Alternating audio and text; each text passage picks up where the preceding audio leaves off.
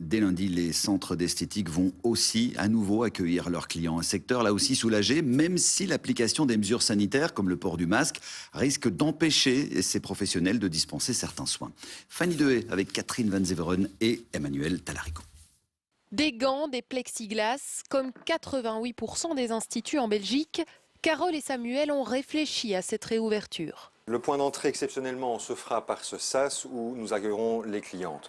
En phase 2, une fois la prise de température effectuée, on procédera à la protection, les solutions, les masques et le port de gants. On accompagnera bien entendu le patient vers le soin désiré et pour éviter qu'il y ait des échanges ou des contacts, un itinéraire est placé pour que la sortie s'effectue dans un autre sens. À partir de lundi, les mesures sont claires. Respect des distanciations sociales et port du masque pour les clients et le personnel. Travailler dans un environnement aseptisé, 80% du secteur a déjà tout le matériel nécessaire pour s'y soumettre. On a l'habitude d'utiliser tout ce qui est masque, gants, papier de protection.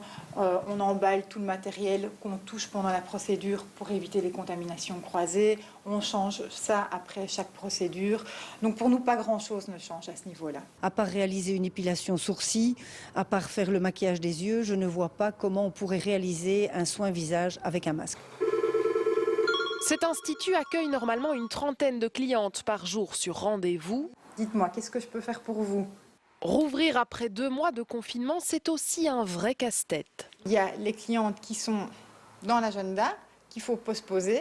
On a des nouvelles qui veulent s'intégrer dans l'agenda et on a les autres, d'après le confinement, qui sont aussi déjà planifiées. La Belgique compte environ 7000 à 7500 employés du secteur esthétique. 16% d'entre eux auraient peur des conséquences économiques de cette crise. Des indépendants risquent la faillite parce qu'ils ne peuvent plus continuer comme ça à ne pas avoir de rentrée financière, en sachant aussi que les banques ne vont plus les suivre de toute façon. 57% des instituts de beauté souffrent de ce manque de trésorerie et voient cette reprise comme une vraie relance pour leur commerce.